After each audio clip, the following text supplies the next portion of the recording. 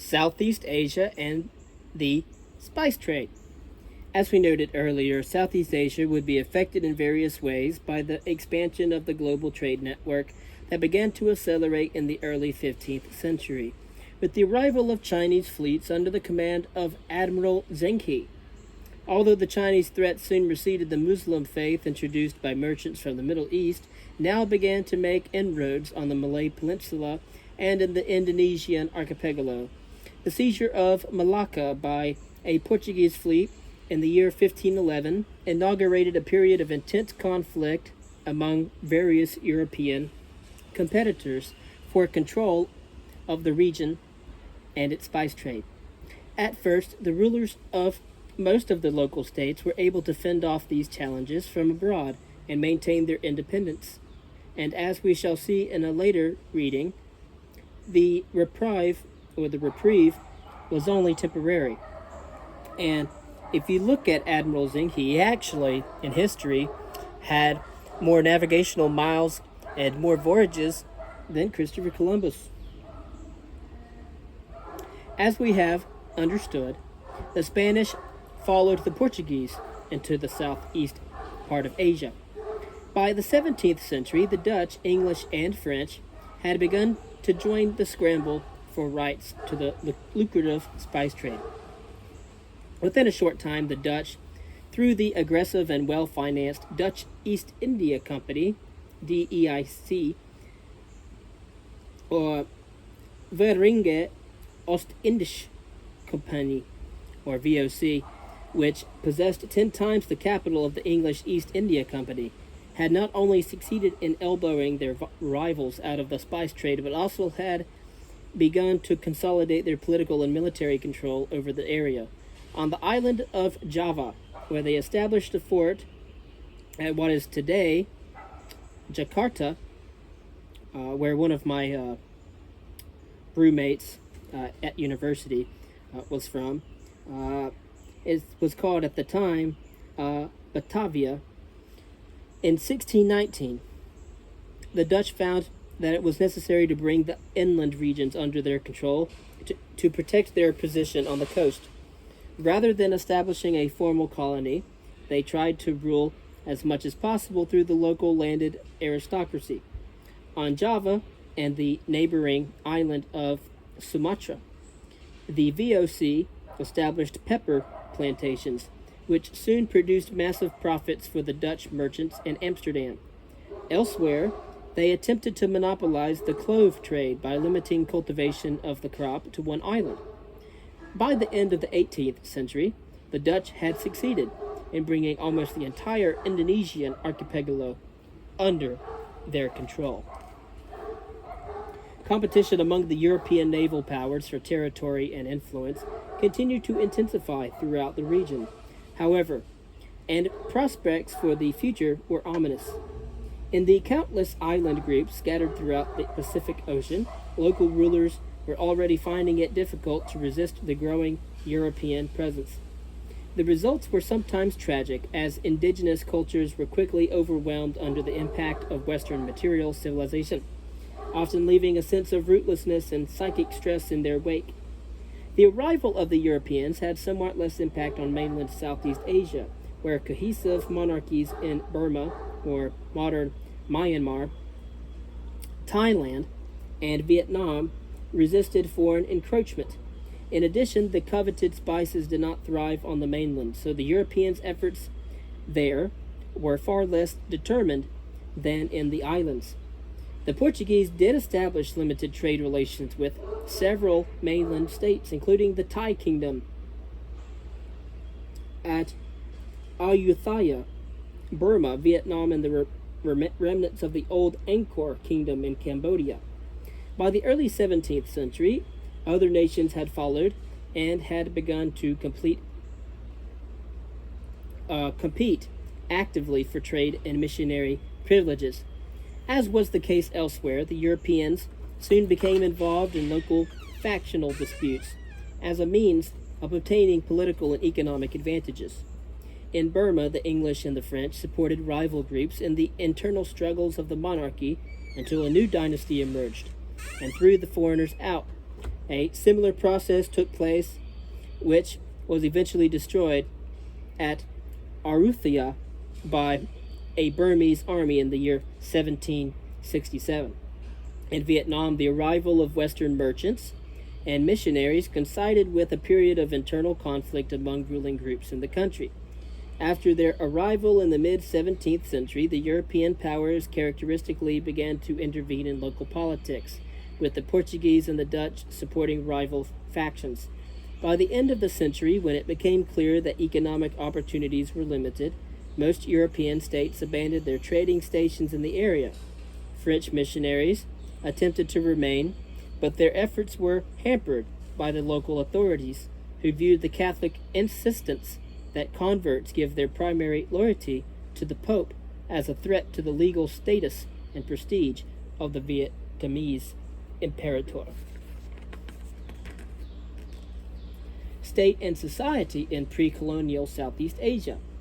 Between 1500 and 1800, Southeast Asia experienced the last flowering of traditional culture before the advent of European rule in the 19th century.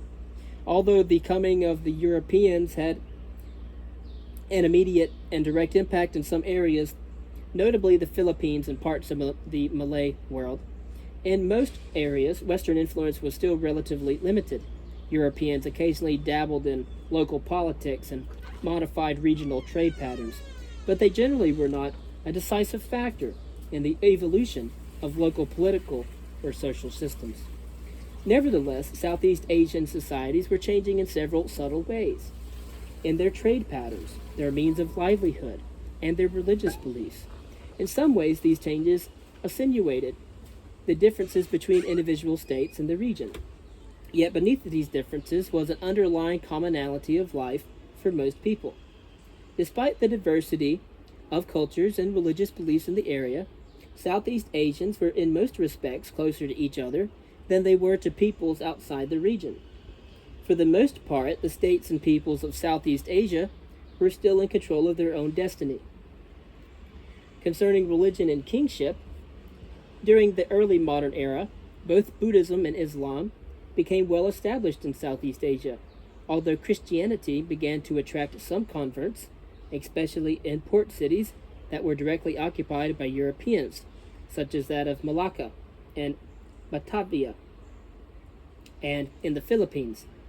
Buddhism was dominant in lowland areas on the mainland, from Burma to Vietnam. At first, Muslim influence was felt mainly on the Malay Peninsula and along the northern coast of Java and Sumatra, where local merchants encountered their Muslim counterparts from foreign lands on a regular basis.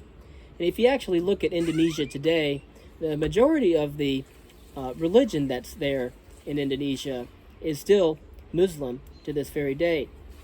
After the prominence of the Dutch in Indonesia, a lot of people in Indonesia converted to Islam.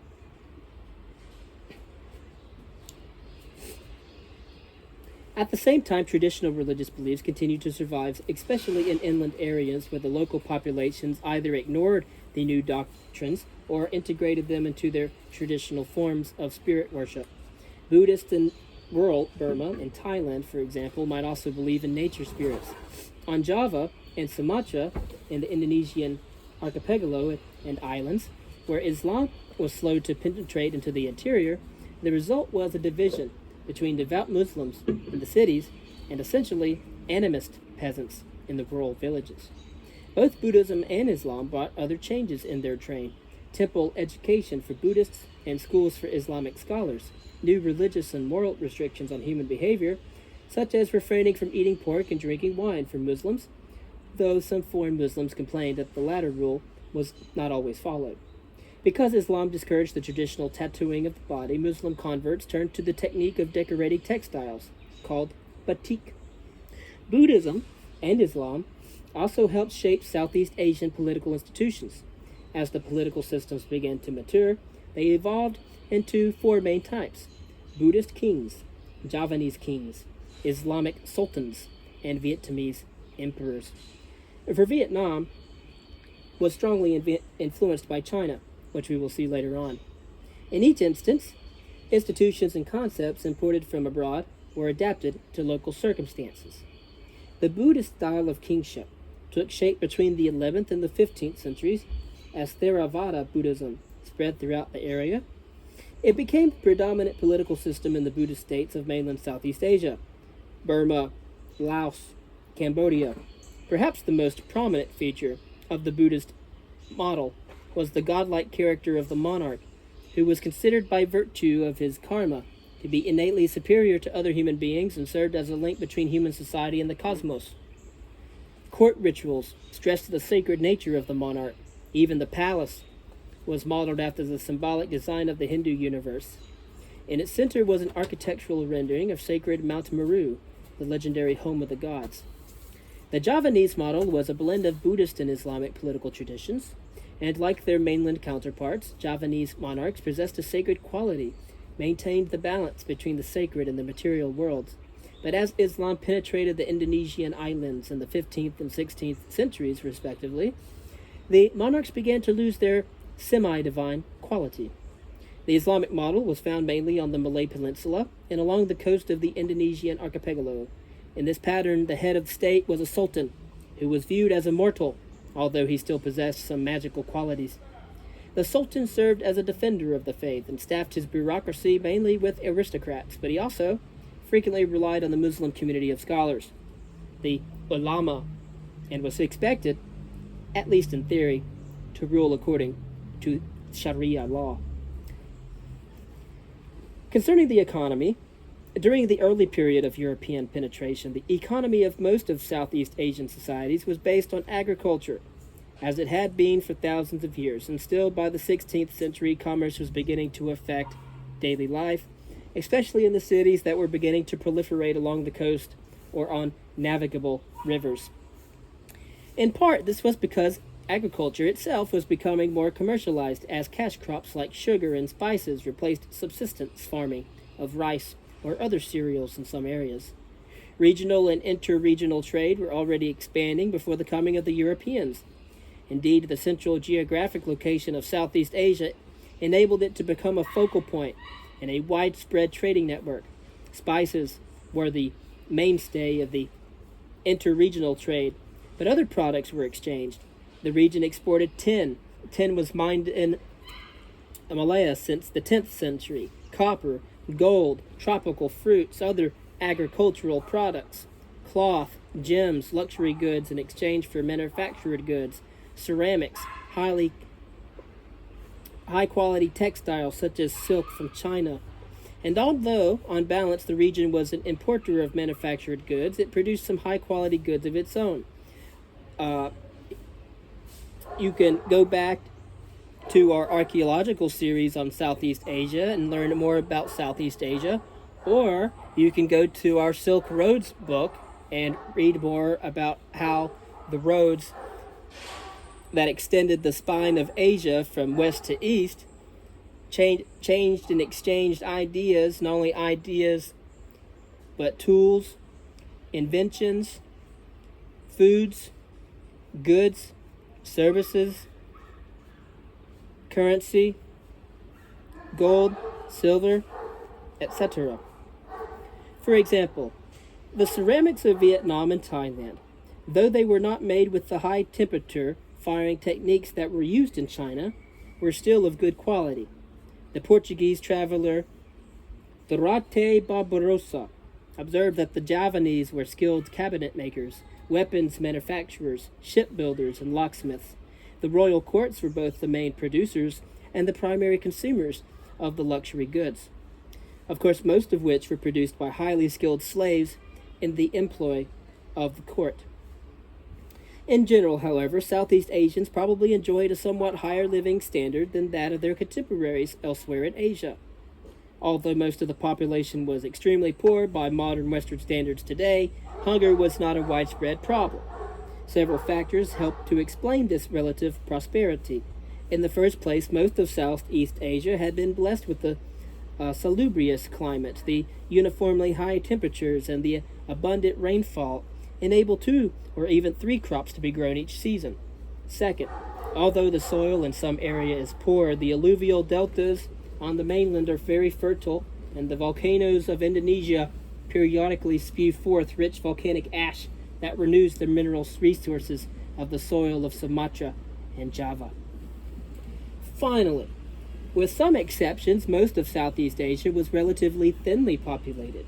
According to one estimate, the population of the entire region in the year 1600, again the dawn of the 17th century, was about 20 million in terms of population density, or about 14 persons per square mile, well below levels elsewhere in Asia. And so, only in a few areas such as the Red River Delta in northern Vietnam was overpopulation a very serious problem. Concerning society, social institutions tended to be fairly homogeneous throughout Southeast Asia. Compared with China and India, there was little social stratification. The nuclear family predominated. In general, women fared better in the region than in anywhere else in Asia. Daughters often had the same inheritance rights as their sons. Family property was held jointly between husband and wife. Wives were often permitted to divorce their husbands, and monogamy was the rule rather than the exception.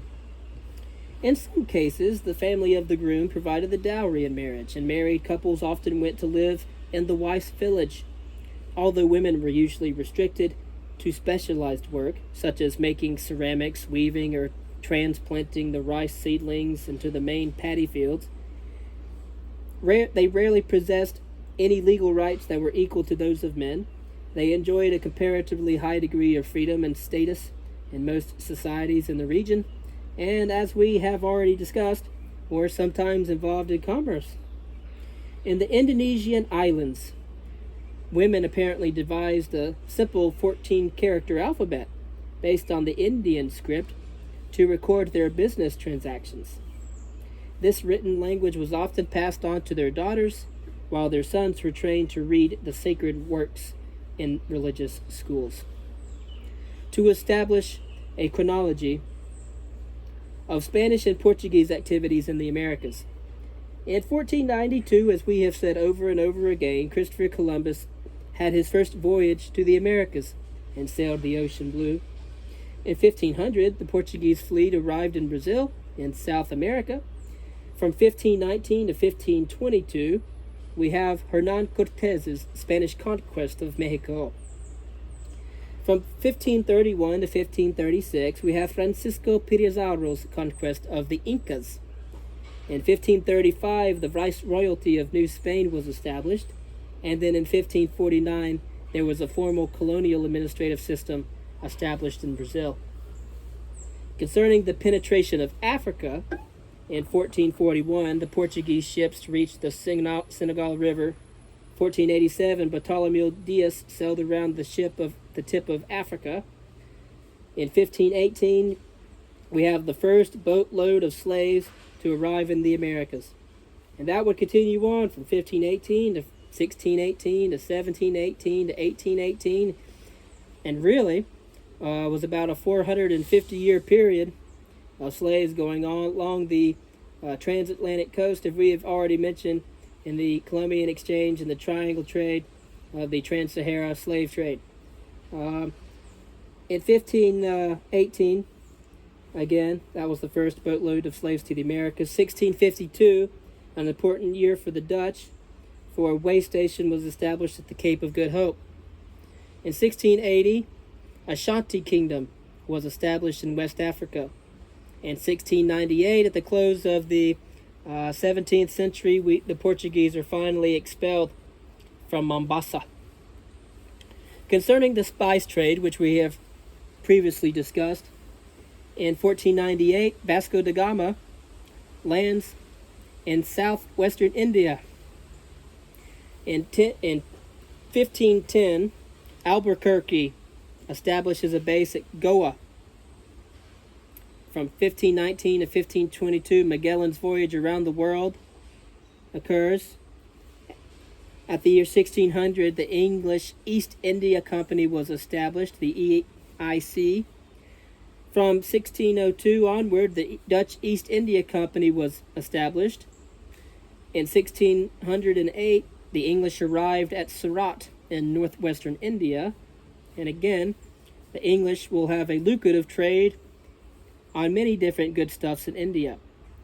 In 1619, the Dutch fort is established at Batavia, and in 1641, the Dutch seized Malacca from the Portuguese, and in 1767, a little over a century later, the Burmese sack Ayutthaya. In our next readings, we will cover the transformation of Europe, of Western Eurasia, concerning reform and state building. We will start with the Reformation of the 16th century, which we have discussed in previous talks, and then we will move on to the growth of state power and the Renaissance as a prelude to spur on the Reformation.